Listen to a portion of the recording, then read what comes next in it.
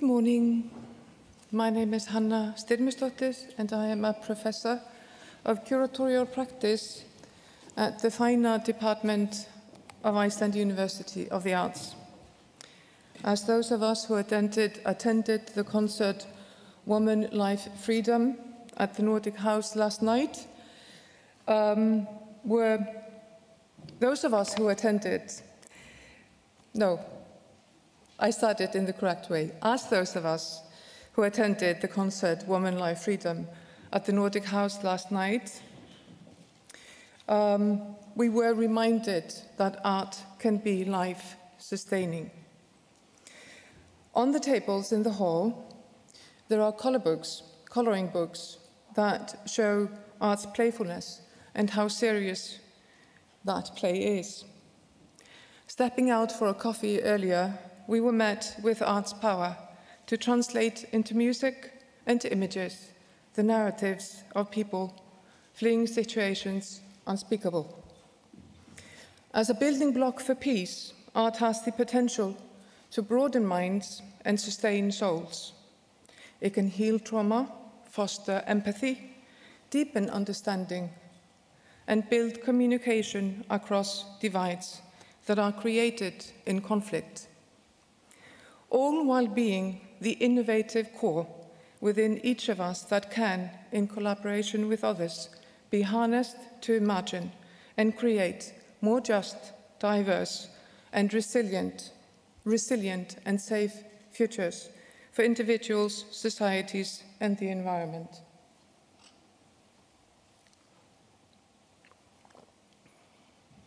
And yet, justice or equal representation in the art ecosystem is not a given.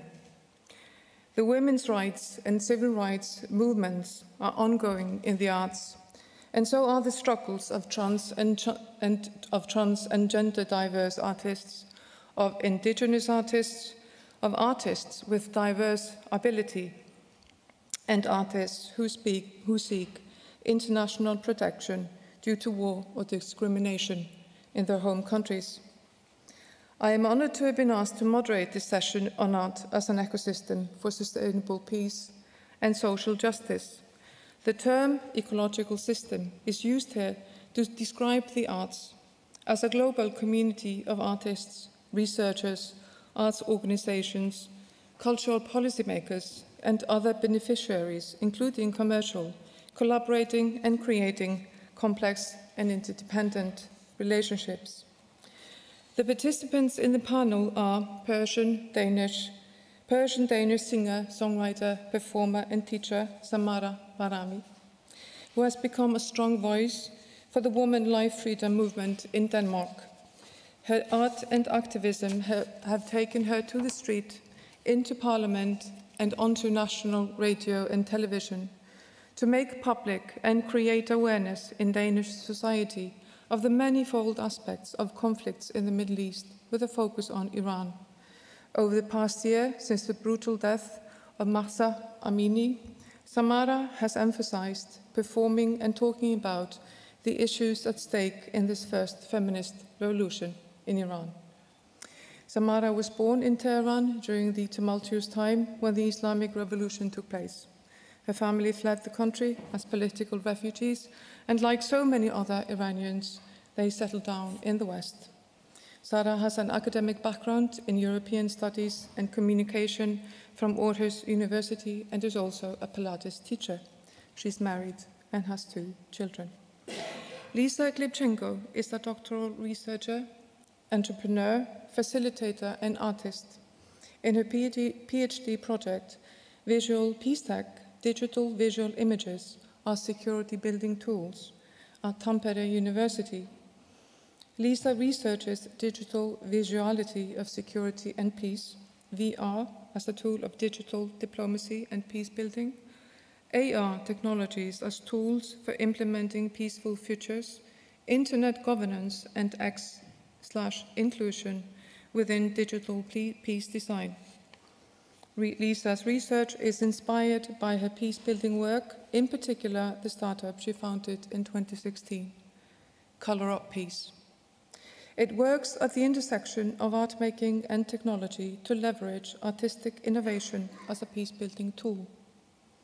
From Lisa's student initiative at the American University in Bulgaria, Color of Peace has grown to have projects and programs not only in Ukraine, but in 15 other countries, including Israel, Palestine, and Kenya, as well as a special support program for Ukrainians who have relocated to Finland during Russia's war against Ukraine. Khaled Barakeh is a Syrian-born, Berlin-based, multidisciplinary artist, cultural activist, and creative facilitator. Trained as a painter at the Fine Arts Faculty in Damascus, Khaled shifted his focus to conceptual art practices with his 2 master's degrees at Odense and Frankfurt universities, respectively. Khaled uses his training and education to challenge structural injustice and create platforms for marginalized voices. His widely exhibited works, including the internationally taught 2020 Mute installation, intervene critically on traditional representations of violence. Shortlisted for the 2023 Exile Visual Arts Award in Germany, Khaled is a respected speaker and collaborator with international organizations such as Amnesty International, the European Centre for Constitutional and Human Rights, and the Danish Refugee Council. Khaled's studio engagement is driven by what he has termed the practice of necessity, an ethos that dictates responses to the urgencies of ever-changing realities. That led him to found Co-Culture, a non-profit organization rooted in the intersections between art, activism, and community building to support exiled culture and cultural producers. His work has been exhibited internationally in museums, biennales, and other institutions and venues. I welcome Khaled Barakeh to the stage for a talk on art as an ecosystem for sustainable peace and social justice, after which Lisa Glybchenko, Samara Bahrami, and I will join him for a conversation. Thank you.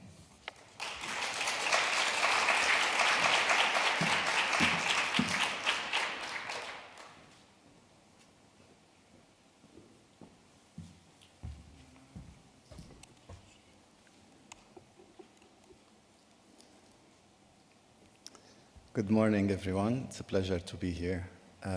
So in the next 15 minutes, I will guide you through several projects from the last few years, just to answer the question, can art be impactful and can play a role in the society beyond the museum's walls? So I will start with this image. I was in Malaysia and I found a phenomena in the trees. I don't know if you heard of it. It's called crown shyness. Crown shyness, the trees grows until it senses each other's borders and it stops growing, not to harm each other as well, while it's connected by roots. So I find this metaphorically very, very connected to our conversation today. So I want to present to you several projects. The first project is called The Shake. I was invited in 2013 to Northern Ireland to do a project about the conflict there. I think most of you might be aware of it. So when I arrived to a city called Derry, if you are Catholic, and Londonderry, if you are Protestant, I was confronted by this polarization into one community who lived together historically in the same place. I found this monument created by sculptor called Maurice Harron, called Hands Across the Divide, located in between the two areas, between the Catholic community and the Protestant community, because they don't mix their housing. I found this perfect description of modern Northern Ireland today. Two men, each of them represent a community coming together to shake hands when they signed the peace agreement, the Friday Agreement 25 years ago, but they are not reaching each other. There's still this gap. So the first thing I thought to do is to build plates of metal and lift up the whole one of the guys and shift him to the other guys and make them shake hands, like finally meeting, changing the reality that how it was. So it was very complicated for several reasons, but it was roundabout that is very busy. So what I did, I scanned the whole monument and then created a new sculpture that represents the space that between the two hands, the space that is full, thank you, that is full of pain and full of trauma and full of historical conflict. And just to make the invisible visible, and it's called materialized distance. I did another thing, which also this two-man print them in a small scale, and I turned them into horizontal clocks. So the hands becomes the seconds, so they keep turning and they keep missing each other. It's called "Did I Miss You Again?" Pointing that they are missing each other. Time is passing and they're just continuing and looping in the same situation. The project is quite big, so I will not go through it all. In front of museum in Frankfurt, where I presented this also sculpture, there was a columns where turning the 2D into 3D again, also showing how in one hand they are trying to reach each other, but in reality, they have their back to each other. So last year, or this year, I was invited to Northern Ireland again, to Belfast, by an organization called the MAC, to present another project to highlight on the situation of asylum seekers. Because also, like here, like everywhere else, they're tightening the law and the border not to welcome people from elsewhere, or specific people. So now the idea, or what we are planning to do, beside presenting some elements of the project, for example, this photograph that I think it will be the bigger photograph I will ever print, because it was like 64 meters in 2 pieces, and there was no print shop in Berlin except to print it. So I have to rent the whole place to print it myself. And what I did, I connected these photos that is, so when we scan the monuments, the 3D can be translated into 2D, the shots, that is 360 degrees. And we built scaffolding, and that's what you see, the lines to reach. And it was raining, so we cover ourselves, and that's what you see also on the top. But create this aesthetic that I found it very beautiful and unique, and also explain the nature and conflict where they were trying to reach each other back and forth again without reaching each other. Back to the MAC and to the project next year. So I was commissioned to do a new project, and the last project it was specifically, as I mentioned, about the refugee situation, and the curator, he said, you know what, I really would love to see your artistic potential. Can you do something that is not political, not social? Can you do something else?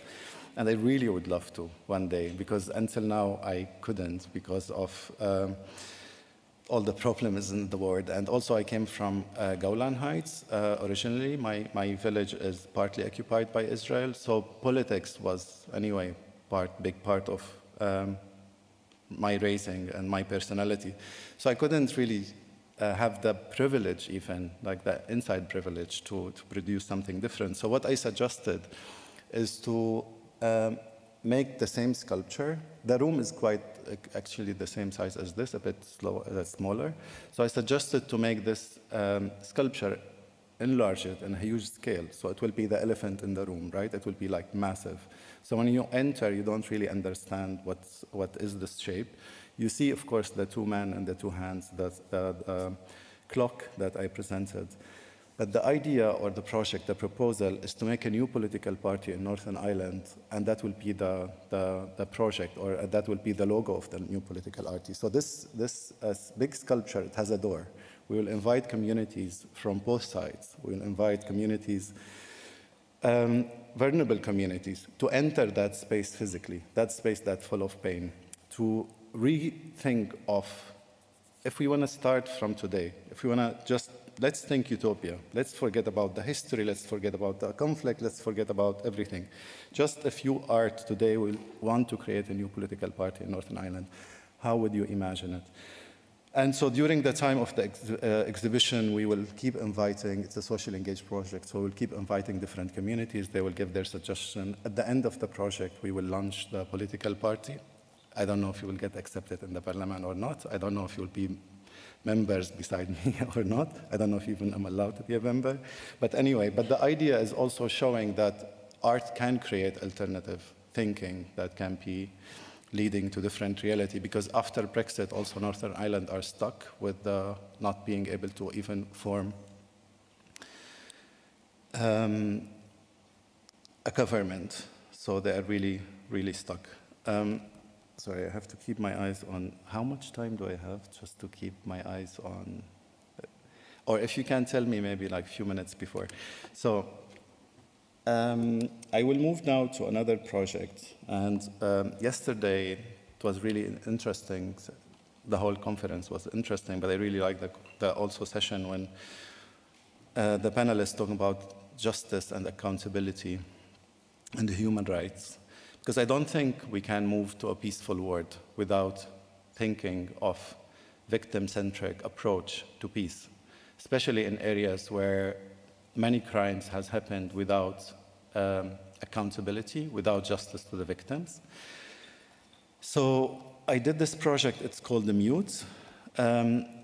Mute, it's an installation in a form of demonstration, erected the first time in front of High Court of Koblenz. I don't know if you heard of Koblenz trial. Koblenz trial is very quick and simplified. 2 men arrived to Germany applying for asylum.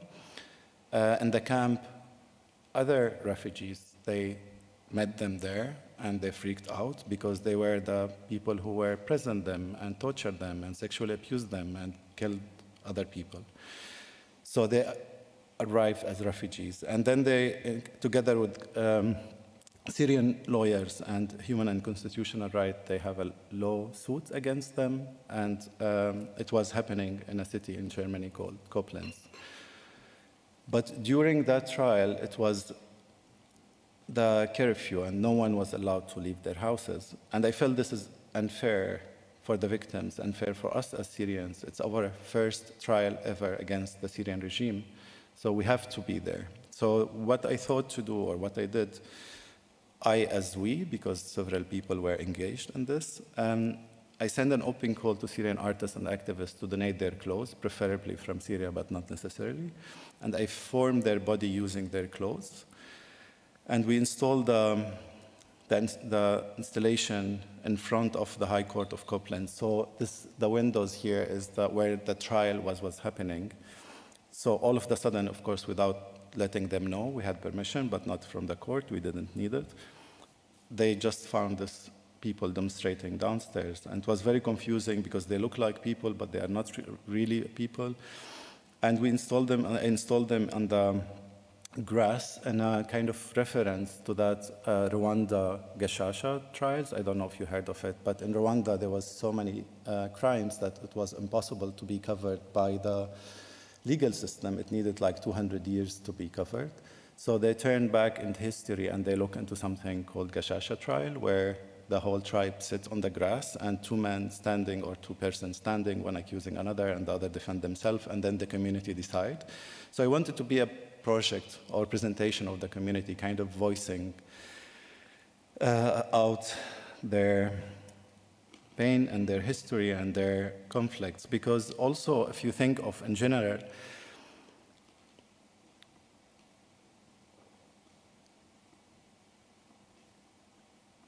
courts, it's another type of theaters for me. It's like people go by even customs and they have their script, and I think even historically courts develop out of the theater place. But anyway, so everything go by script. Even sometimes you have a witness, which is the audience, and there's no space for emotional memory. It's only factual. Can you prove that this person did this to you? Even if all your body is full of marks that this person left, it doesn't matter. If your soul also was injured by this person, it doesn't matter. Can you prove it or not? So I wanted to give a space for the families to actually channel their voices, which is also what I try to do most of the time with my projects. And the second day, we cooperated with Families for Freedom. It's a female-led organization that and also Caesar Fatwa Association. It's a female-led organization that make advocacy for victims' rights. And asking for releasing of forcibly disappeared prisoners until today in Assad prisons. So they brought the photos of their beloved one, and they joined the demonstration, kind of bringing that momentum back when their beloved one, they were demonstrating on the street and they were arrested. Some of them, they were killed, or they're still in the prison, or they don't know where they are today and what has happened to them. And since it's a demonstration, and after the trial has finished, I thought, let's continue demonstrating. So there was a moment where also the internal ministers in Germany want to send Syrian criminals back without any definition of who's criminal. That's not the dangerous part of that decision. The dangerous part that they have to establish agreements with Assad, which kind of repolishing Assad's image to send refugees back. And that's the danger of any country sending Syrians back to Syria. Beside that, of course, it's not safe. So, yeah, we did the same thing, and we demonstrated, and then the kind of demonstration kept moving from one place to another, carrying out the history, carrying out the legacy also of demonstrations in Syria when it was peaceful demonstration before it turns into a proxy war of other countries. We demonstrated also in the International Refugee Day in front of the Danish parliament, where we met some politicians and the ex-prime minister of Norway. And we handed our demands that we are not victims, we are not threats, we are complex human being that has suffered from other also conflicts and other people or countries or governments, conflicts in our lands.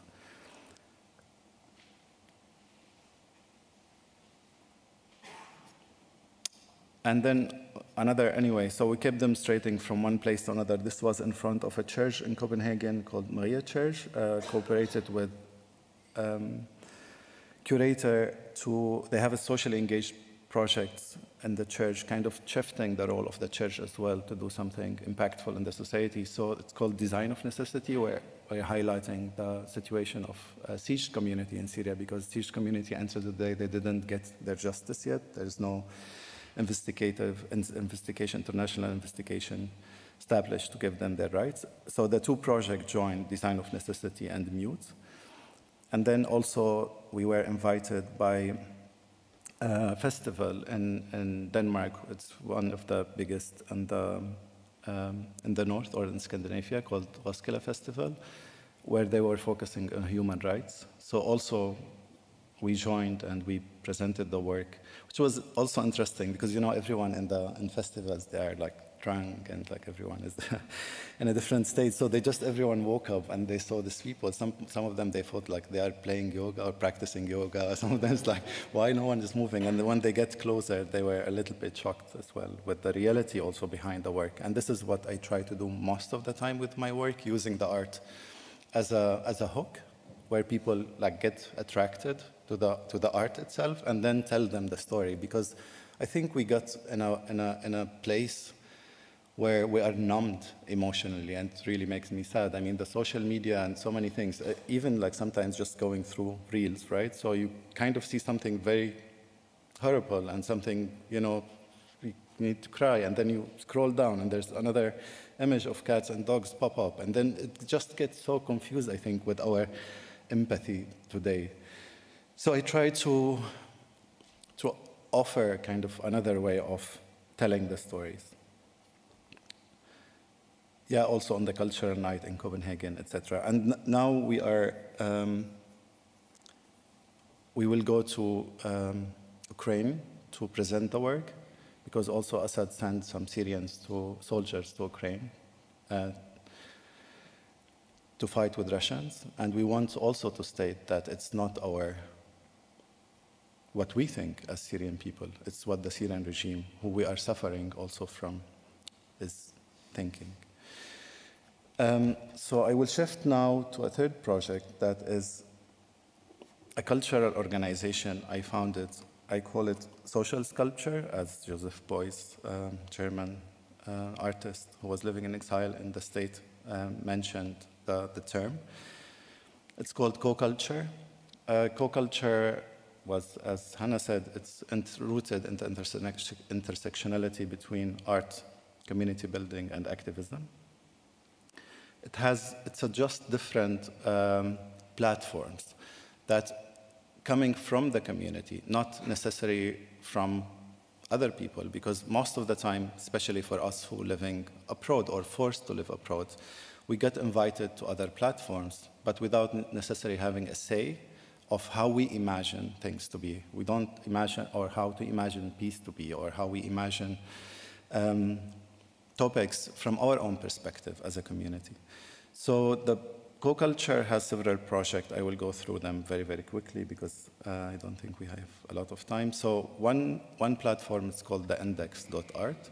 The Index, it's an online platform that aims to map Syrian artists and empower them with opportunities around the world. So as a Syrian artist, you can create a profile, and then it's connecting artists, Syrian artists all over the world as a way of also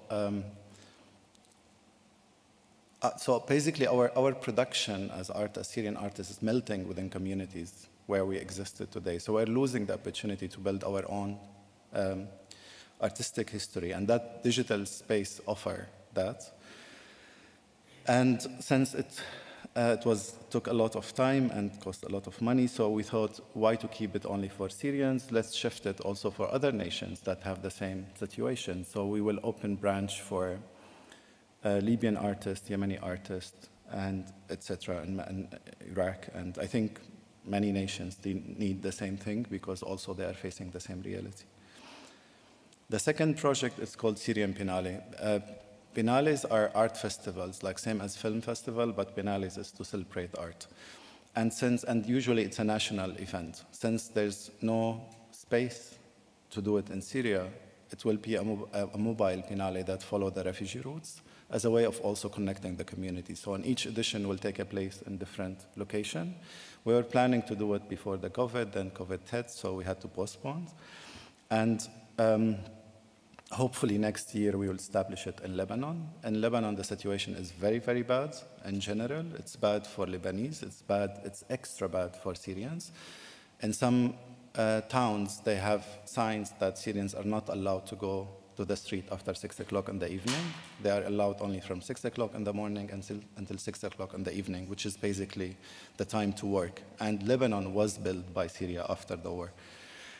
And of course, not to alienate ourselves, the Biennale will be representative of global topics, not only related to Syria, and it will not be only Syrian refugees, it will be our Syrian artists, it will be Syrian and then local artists from the hosted country and international artists, discussing something that is related to all of us, not only to Syrians, thinking of also the importance of intersectional thinking beyond our borders, which is, I think, connected to this conference today, because we can't think of peace without thinking of the whole world, because what's happening everywhere is just connected in every single level. So even there was no wars here, but there's wars here, which is the globe, because now we have the climate change as one very simple danger. It's not simple, but one danger that it will face all of us. So the earth is really where we live, not the country where we live.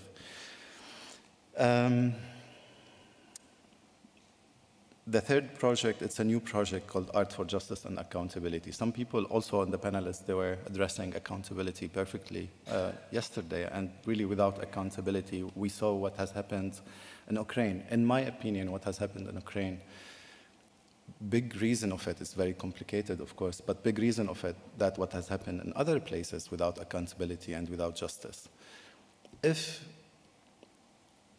If Tony Blair and George Bush were held accountable for killing 1 million Iraqis, I can't think of the number. Like, I can't imagine like putting 1 million people together and imagine that. I seriously can't. So when they run away with their crimes, even Putin, in one interview, he said, why other nations are allowed to do it, and when we do it, it's a problem. And he has a point. Of course, it's a very, very bad point. But he has a point. Why it's a selective justice? Why it's selective human rights? Justice is not like, the justice is justice. We can't be selective when it's suitable for us, when it doesn't suit us. we deny it. So the campaign, it doesn't politicize art. It uses art that is political to call for accountability and justice in many places. It will be unfold over time and different places, mainly in Europe, but also elsewhere. One project was Co-Culture Space. We were running a space that had several events. How much time do I have? It's over? Okay. So then I will not continue. I will just finish with one word. There's a project outside. I don't know if you have seen it. There's photos and there's sound. It was collected stories from different people and then using computer to code the text that we collected and transform it into musical scores. And then we used AI and computer generating music to transform the stories, to offer another way of hearing it. So what you hear outside is actually people's story, real people's stories. And I used AI technology as well to capture specific moment of that stories and recreating it. It's called A Missing Camera, the series. And it's offering another way of thinking of history because photograph played big, important role in history. We all remember the image of the Vietnamese naked girl and how much it affected the Vietnam War, even stopped it. So A Missing Camera, it recreates moments where a camera is missing. The last thing I want to point, we have Noor here from Afghanistan. She arrived maybe in May. And her application was rejected, and now she's forced to be deported. So what I think of art is making something impactful. You are all here. You all have your own power and position. If you can, we just met yesterday, so if you can support her, I would appreciate that. Thank you.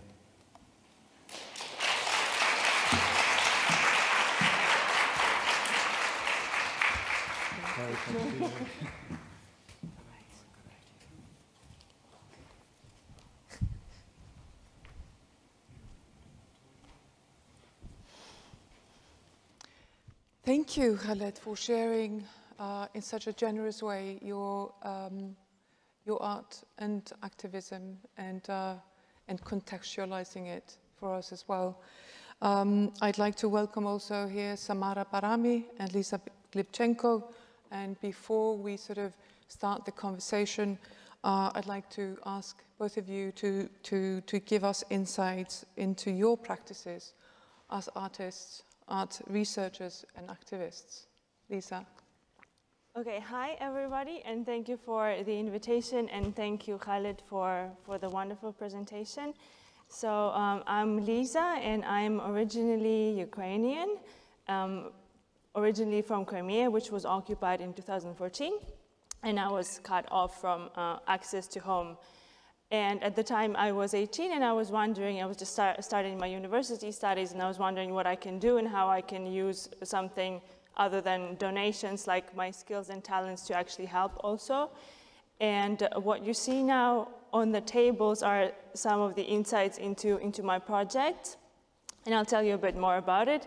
So at some point I had this idea to start conversations about Ukraine in a different way, because of course displacement worked for me in a sense that I had to go study abroad, because back in 2014 there weren't really legal, political or logistical structures for Ukrainians to seek help somewhere else, because there wasn't really much attention for it. So for me it worked like I went to study abroad, and I was fortunate to get a scholarship and whatever.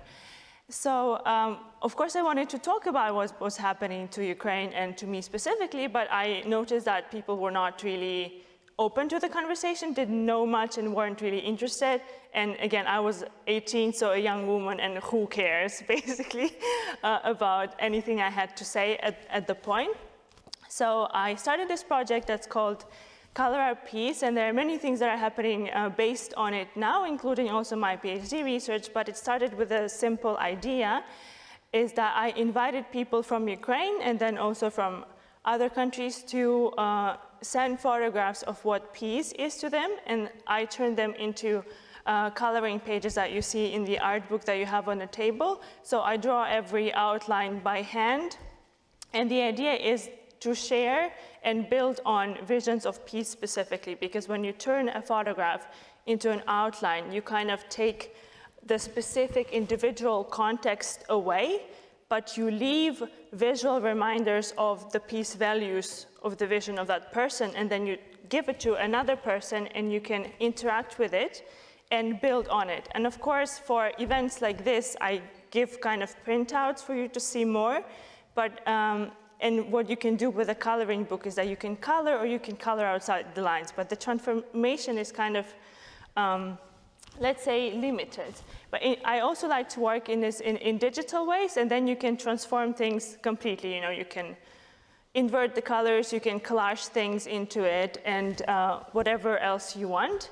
So the coloring books that you have on the table are the latest, which is the 9th coloring book of the project, and it's of course dedicated to Ukraine, as was the previous one. It has 34 outlines based on 34 visions of peace from Ukraine that were collected from 2017 to 2022.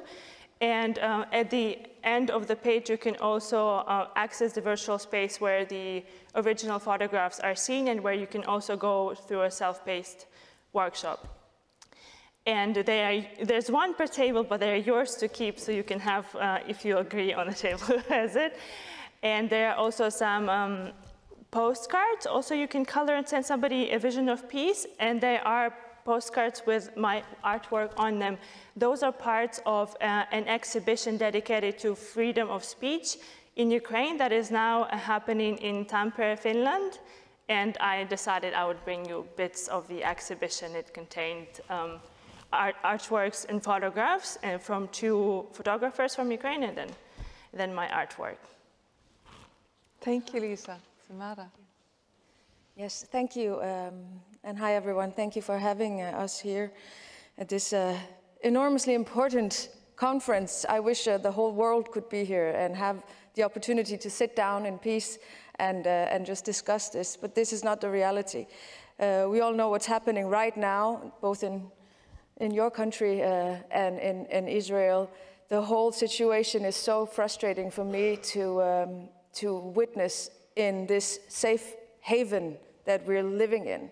And for me, I've never thought of myself as an activist in any way, but it's a calling that has come to me through this past year where we've seen this crazy an amazing uprising in Iran where the women are leading this new revolution.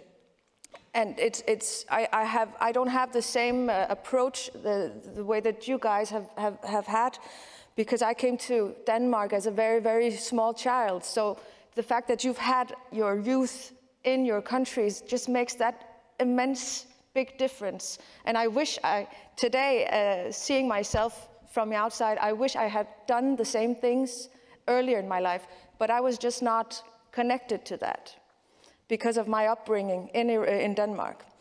So for me, it's the most important thing I can do right now is to make sure that this voice that I have, this platform that I have, be it in Denmark, or be in Europe, be in here, is to make sure that I use my ability to see the nuances, to have had a life in Iran, to have had an upbringing here, to kind of make sure that we can connect on these issues that we all, like you were saying, Khaled, this is not my country or your country, this is our world.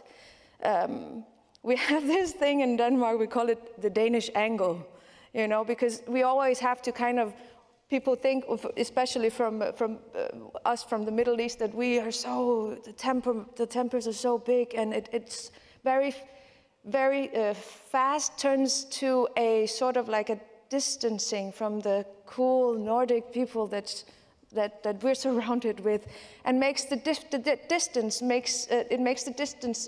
bigger than necessary. You know what I mean?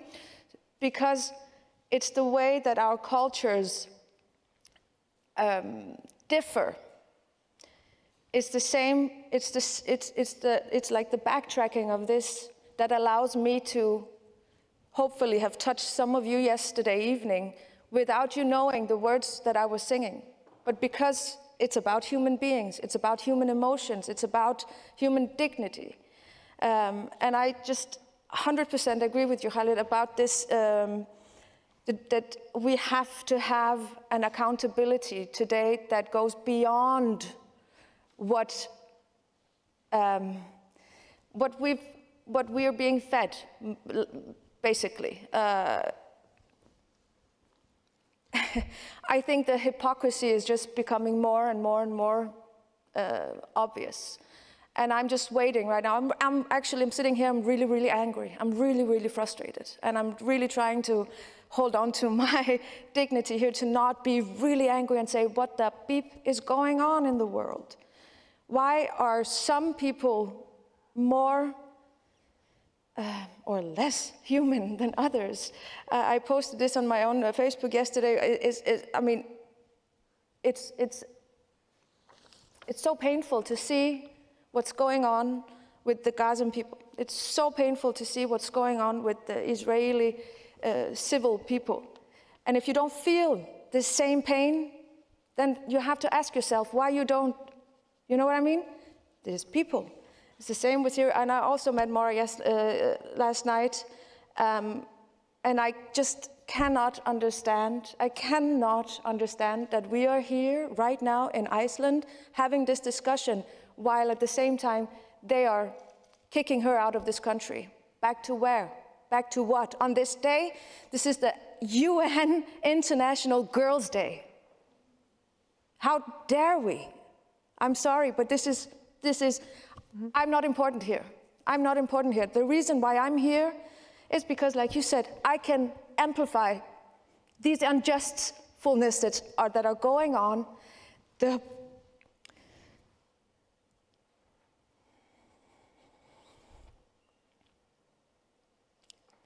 way that the state of Denmark, the Americans, have played a part in bringing Afghanistan to this situation that we're experiencing now, that needs accountability. What's going on in Iran is so tied to what just happened in Israel. And we've been screaming this out to your heads for decades. And now you see what happens. But where's the accountability? I'm sorry, I'm getting a little bit off track because this is, I really don't matter here. I think people need to shout this, the way that Khaled is showing it with this huge amplifier. And I hope that you guys, when you leave here, wherever you're from, that you will make sure that this is shouted out. This is not about being in a nice place with a nice conference and everything is good. No, this is the center of the orc, and it's just spinning out of control, and we don't have much time. Thank you, Samara. I mean, you've all described really, really diverse practices as artists and as activists. And I want to thank you, Samara, for putting it to start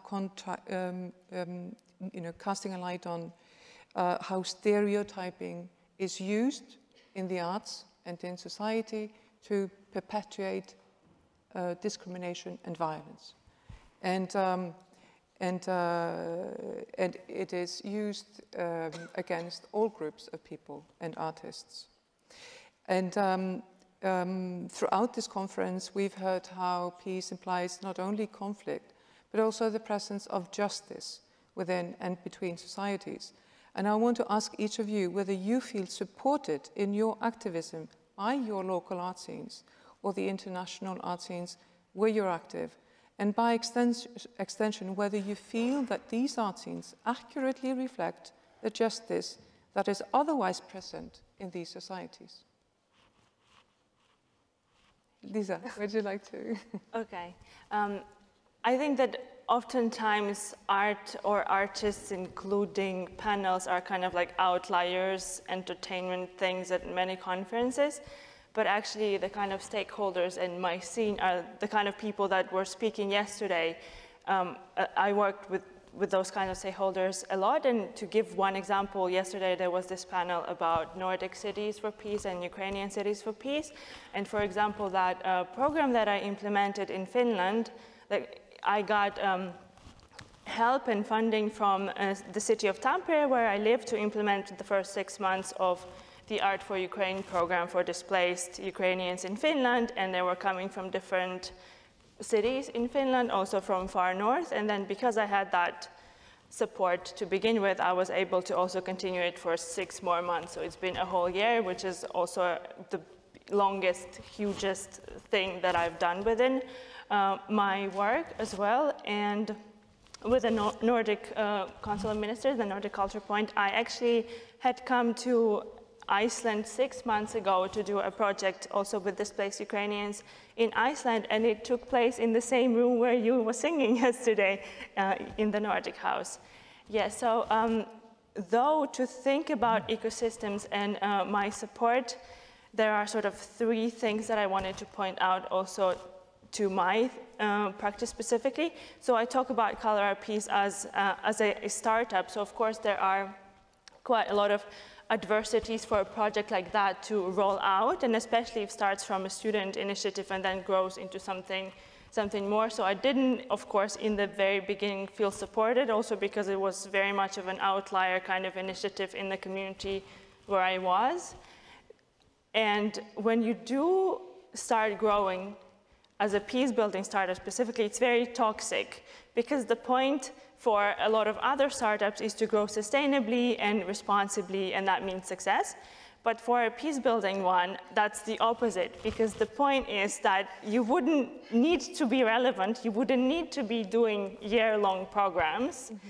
And when this happens to you, you're like, okay, it's good that I can help now, because when things happened to me, there was no help at all. So it's good that somebody now can have help.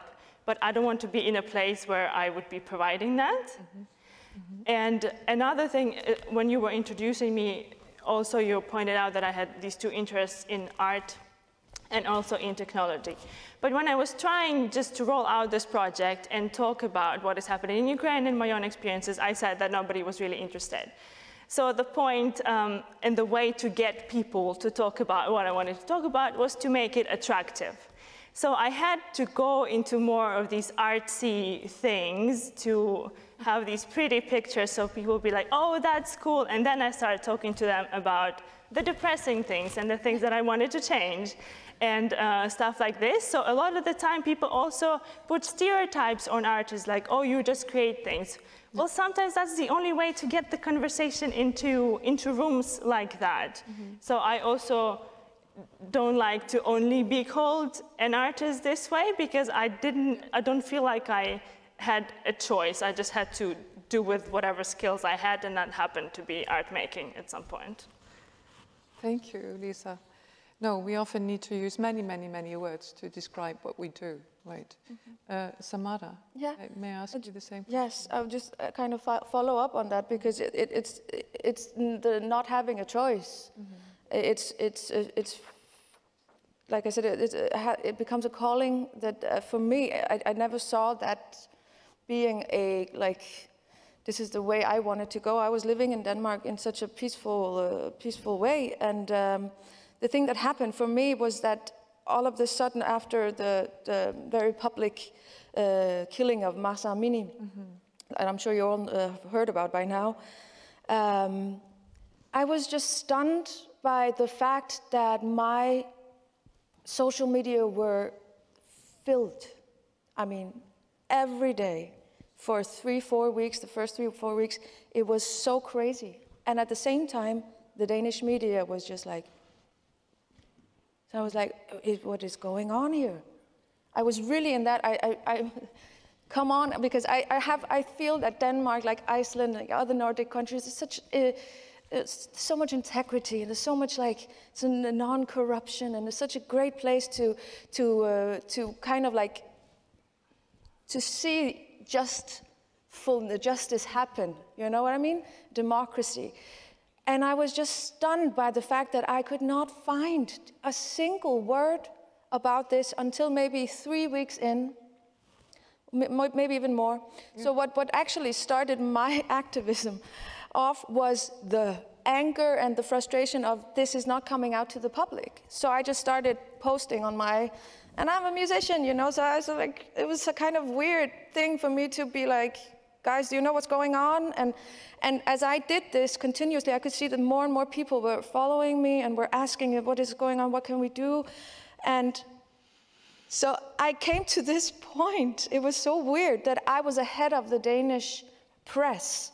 So I knew more. I was actually contacting them and telling them, do you know what's going on? If you need sources, let me know. I know where they are.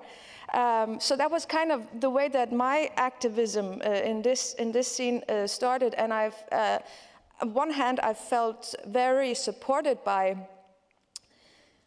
the Danish society. But again, I have to keep coming back to this hypocrisy, because one thing is to support in words and in you know, but you have to do it in your actions as well. And so I thought, what can I do? And I just went out the first couple of months. We just were out on the streets every Saturday. We were doing demonstrations, and we were singing a lot of the songs I was doing yesterday. And you know, and then someone sees a picture of you and says, "Oh, you're the one with the yes, I'm the one that represents all Iranians."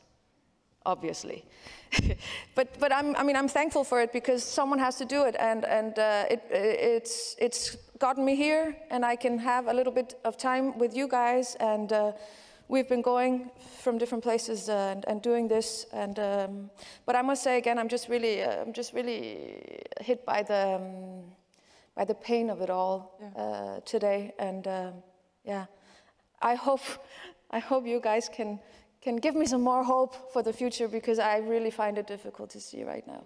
I have a 14-year-old girl at home, and most of the people's lives lost in this past years are children. I mean, girls in my daughter's age. Thank you, Samara. It's extremely concerning how often the media and society do not keep up with and artists and activists in other fields being often the first to point out the harmful stereotyping and the discrimination and that we are talking about. Khaled, I'm wondering if you might also comment on this, how you feel supported in your activism, in your local art scene, and where your art takes you, and how you feel that these art scenes reflect the justice that is present in these societies. I don't know where is my local art scene. Exactly. Your choice. No, but I really don't know. Because I live in a place where, I believe in multi-locality more than nationality, but this is not how the world functions, because you can be local in any place. But I think it's a little bit, exist in a kind of weird position in between the art world and organization and justice, and they all want me and no one wants me. Not in the sense, but in a sense of, for example, the art world, so in Western institution, you find artists who represent countries through their conflicts, which is sometimes problematic. I don't like to join this a little bit, because it's all the time, it's a colonizer lens, or it's a media lens that represent other people only through their pain, their conflict, not through their, again, complex personalities. And the art market is not so much interested in what I'm doing, because I think it will be depressive for any art collector to put this kind of work at home. Organization, they like what I'm doing. They don't. Sometimes some organization, they try to instrumentalize it, which I don't like as well, because sometimes I feel they miss the importance of the art part. And they just want to use it as for advocacy. And I think it will be nice if organizations also develop to support artists from the art perspective, and artistic organizations develop to support activists or creative activism from artistic perspective, you know, because it's combined both. I think a decade ago, like, things has started being changed a little bit, where creative activism, especially after Me Too and Black Lives Matters, find its way to museums, but before not as such. The work you find in big institutions or museum, it's critical work to institution, to what's happening in the world, or commentary work, but not activist work. Now this is changing a little bit. Sorry, what was the second question? Yeah, whether you feel that the art scenes that where you work, or where you find yourselves, reflect, and by art scenes I mean the ecosystem, the structures of the museums, the festivals, the biennales, whether they represent, you know, the diversity, the justice that we are talking about. Do you feel that, for example, the museums in Berlin where you are based, or other actors, other players in the art scene, do you feel that they choose to represent people, artists, who are activists and who fight against discrimination? Yeah. No, there's no justice, even in a progressive country like Germany. It's still white male-dominated, the art world. Even female German white artists, they don't have same opportunities as much as male artists, and that's statistics, not opinion. And same thing for other groups and minorities. Sometimes organizations try to have a checklist. You know, now we need, like, what is the hype now? Ukraine, so let's have Ukrainian artists. Let's have, like LGBT artists, the refugee artists, whatever. But sometimes it's not done in a authentic way that it is really inclusive. Sometimes it's also to feel that they are participating. I call it like guilt washing, because it's just make people feel good about what they're doing and participating in something bigger. But I think we have to broaden our thinking if we want to think of intersectionality and inclusivity. Yeah. Other than that, it's a bit limited. Absolutely, and also that progress goes back and forth. I want to take as a case in point, because the Venice Biennale, the Venice Art Biennale in 22 last year, where over 90% of the artists represented in the central exhibition were women, gender diverse, indigenous artists and artists of color, and only less than 9% of the artists were the artists who represent the norm in enormously sadly, the norm in the international art world, who can also be fantastic artists, but the white, cis, Western, white, cis, heterosexual men. So yes, there is progress, and as we know that progress can also go backwards in history. I want to go a little bit before we open to questions in the hall. I want to go back to the panel this morning, where one of the panelists talked about the importance of qualitative research on what makes societies cohesive and resilient, and art is often hailed for being a platform for qualitative research, because it lends itself in different ways to quantitative research, let's say. And I'm wondering whether you identify as artists, mostly as artists or art researchers, whether you believe, and you can comment on what, and I'm addressing all of you here, that art can contribute in art making, and in the ways that art can intersect with other parts of society. can contribute to social cohesion and resilience? And if so how?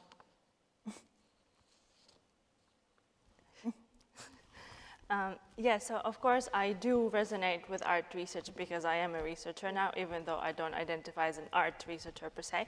But the transformation of images that I was talking about the first time I was speaking, I think about it more as a futures design exercise, and because it's piece themed, it's basically about designing piece arrangements that would be based on piece values as we see them. Mm-hmm. And if you think about it, if one photograph, one vision of piece results in one outline, but then one outline can be engaged with by many, many people, it becomes a moving constellation and a conversation. And like this, it's also a democratic way to build a piece arrangement because it's participatory and it's deliberative. Mm-hmm.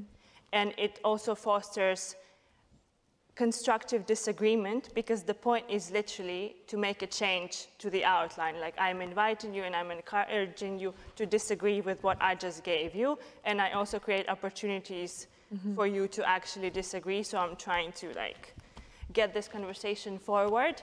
And I think oftentimes artistic tools are good tools for peace building specifically, because we need some sort of metaphors to create more effective and bigger leaps towards peace building, in the sense that, of course, there is progress and there's also a lot of change backward. But if there is progress, it's very incremental, because it's hard to sort of break free from our realities that are very war-ridden. And even now, when I was collecting these images, every image basically in Color Art Piece, every photograph, a vision of piece from Ukraine also shows a lot of war, because war affects everything. And I've, specifically after also the full-scale invasion, I've received spectacular entries, both in terms of image quality and also the content and the description of why. But exactly taking the photographic content out and creating this outline metaphor is also a way to, okay, but we need to imagine something different so that we can go towards it. And the point in design processes specifically, this becomes a demo, like a simplified model of what it could be. And since I work mostly at the grassroots level with this kind of image transformation specifically, and then with other kinds of stakeholders, with other things that happen. So it's a way of empowerment, in a sense that, like, you just did the thing that you want to do on paper, or you just did it in a digital way. So, like, just go out of the room where you did it and do it on a bigger scale. And it's sort of encouraging, because it also looks nice. Again, not anything that I wanted, but it does look nice. And then it's kind of cool to look back at, so you get reminded about what you want to do and what you have done already, and hopefully more encouraged to do. And I have seen also a lot of impact on people's individual lives and on communities through my project, and that's also what keeps me going. Thank you, Lisa. Samara. Well, I'm not a researcher, but I'm sure that if there was someone like Lisa maybe, or other who were interested in researching this in a qualitative way, I think I am sure that what I am doing with my little platform is I am changing some people's, maybe not minds, but perspectives on some things. I can feel it when talking to them afterwards. Like, some people from yesterday told me that that the concert had a healing effect on them after a day of really hard talks and difficult situations that we're all in. So I'm sure that there is research to be made. That I don't know if I would be the one to do it. Maybe I will if this continues. I might have to go on in a field work. But I can tell you some examples that have been happening in my local environment within this year of the Women Life Freedom movement. We've sat down with Danish groups and told some of these very personal stories and backgrounds, and have had them translate that into a piece of poetry. Yeah. So for me, that's how we work in the right direction. I'm so, again, I agree so much with the, I was looking for the word, I was going to say green shaming, but it's the guilt, was it that you said? Guilt washing. Yes, guilt washing. Sorry, yes, guilt washing. I'm afraid I do see a lot of that happening. Actually, it's more on the last question, but the places where this is not happening, well, it's authentic. It's when we're sitting with the people, with everyone who's the same as we are. Yeah. I've had experiences after talks and concerts with people who come to me and say, I traveled in Iran in the 70s, and I just love that. I love how you are. I love your culture. I love the warmth and the openness of your people. And it just really like hits me in both a good place, but also in a really sad place, because that only comes out to me because of what I just showed them. But if we could make that grow somehow, that like you're saying, that the work that you're doing is just, it's growing out above and beyond our work. This is what we need, and this is what I believe that art actually does. So the song I did to begin with yesterday, for you who were here, I told you that was a song written on a basis of tweets from Iranians right now in Iran, and this guy living in Iran took the chance of making a piece of poetry with this.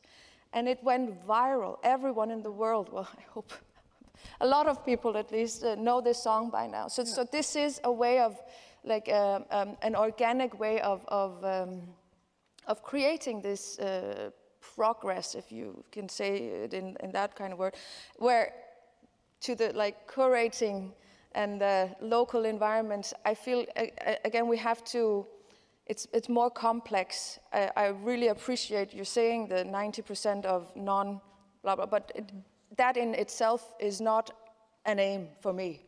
It should be taking the complex persons and artists and let them flourish in whatever way they want, not in any way that we think that they should be put in, so we can feel that now we've done our thing. You know what I mean? Yeah. So it depends on how your approach is. Yeah. What do you mean by qualitative research, really? Because qualitative for who? With what aim? So that would be my question back, and I maybe you have some answers. I can't see it right now. Maybe you can say something smart. Thank you. I was just typing on my phone. I wasn't texting. Just to clarify this. So yeah, several things. So first of all, in many, many places, almost everywhere I go, everyone talk about the role of art. It's almost like art is created by its own. They don't talk about artists. And that's really frustrates me, because we talk about art for better society, art for peace, art for et cetera, but we don't talk about artists who's doing this, because the art is not created. And sometimes it makes me wonder if it's using art or abusing artists, because we see a lot of abusive actual treatment to artists. Many organizations, they don't offer payment for artists in the name of publicity or name it, really. Like, I mean, proven that artists everywhere, literally not specific artists, they are poor, they are in a bad situation, they are in a bad mental health, they are bad in psychological health. And that's also another question or another point to mention when we talk about peace. I think we all kind of addressing political peace, which I understand, but I think there's also another level of peace that is very individual, and it's very, because sometimes we have war inside of us individually, right? There's 1 billion, which is one, I don't know now, 6th or 7th of the word, people with psychological difficulties, if it's anxiety or depression or psychological disorder, et cetera. So we have to think also, when we think of peace, we have to broaden a little bit our thinking, because the obvious, of course, the political peace is important, but I think there's also another type of peace. What I want to also to go a little bit beyond the answer that is expected, where of course arts play a role and change this. I think what might be good as well, sometimes someone, I forget whom from the researcher yesterday in the panel, they were talking about including researchers and in a political discussions, because they can bring another thinking to the table, which is, I 100% agree. I will extend that as well to include artists, because what is, I think, unique about art, so it's in general, at least personally, I didn't develop a craftship where I'm focusing on one medium and develop it, but I focus on the creative process as a medium. And artists in general, so your kind of normal way of thinking become creative because you just practice it a lot. It's a muscle, right? So I think including artists in such a discussions is important, because we don't think linear, right? Like we have this weird kind of thinking that we go actually against the norm. Like it's not 1, 2, 3. It's like let's mix things up. Let's go upside down. So I think including artists in such a conversation, even though we are not seen as important in political discussion, we might bring something different to the table. I couldn't agree more. I just want to say that we have 2 minutes left for questions. So if there are any, yes, please. Please tell us your name. Hello, my name is Vilborg, and I'm with the Ministry for Foreign Affairs, and I also make immersive theater. So I come from 2 very different backgrounds. And I just wanted to say thank you, and I just wanted to, because you got me thinking about, there's 3 points that I wanted to make connections with. Yesterday, Sanam was talking about, she was talking about in one panel about the inevitability of war, and the rhetoric around the inevitability of war.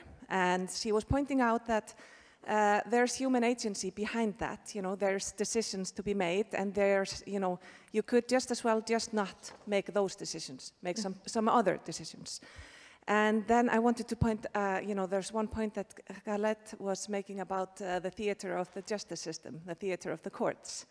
And that's also very important point, that there's human agency and there's creation in the systems that we are using every day. We're using, you know, within the ministry, within the meetings that we are having, within the justice system and all the structures that we create, there's creation. There's like human agency. So I just wanted to sort of add to your point that the art world is, you know, one sort of structure, one you know, a structure, a human-made structure. But the role of the artist, in my view, is to point out the structures and point out the human agency that is, it's always present in all the decisions that we are making. You know, when you're creating art or you're creating the setup for a like a justice system or a room where justice takes place, there's, you know, so much theater there. And I think, you know, the artists, and I thank you for using your creative powers, you know, and all of us, I mean, all of us who are, you know, working within, you know, policy making or wherever, we can all use our creative powers to make other decisions. So, thank you. Thank you so much for that contribution. And would any of you like to contribute back? I will just say one last word. I think it's important because now we are reaching the 75th anniversary of human rights. I really, really invite you all to think of which human rights. Just be honest. So because I think honesty is what will create common ground for peace. I don't like him, but the Polish representative or the representative Polish government in one interview with the BBC, the interview asked him, so do you accept refugees? Like 0. We accept 0 Muslim refugees. And we have 2 million Ukrainians, which is great. I mean, he's racist, and he said it, like, about himself. But it creates common ground. We identify the problem, and then we can go and fix it. But I think my problem with the Western world, and not only Scandinavia, but in many, many other countries, is this double standard and double speech. So just be honest. I don't think people are racist. I think after the Second World War, a system created was racist based on who won the war. It doesn't include others. Even refugee agreement, for example, it was created for European after, say, 16 or 18 years included other nations. So I think starting being honest about that, it might lead to honest conversation that might lead to courage solutions. Wonderful. Thank you, Khaled. I think we're out of time, and we will end with these words. I want to thank all of you, Lisa, Samara, and Khaled, for sharing your lived experience, the knowledge you have built in your practice, and your vision and your solutions for the future. Thank you so much. Thank you.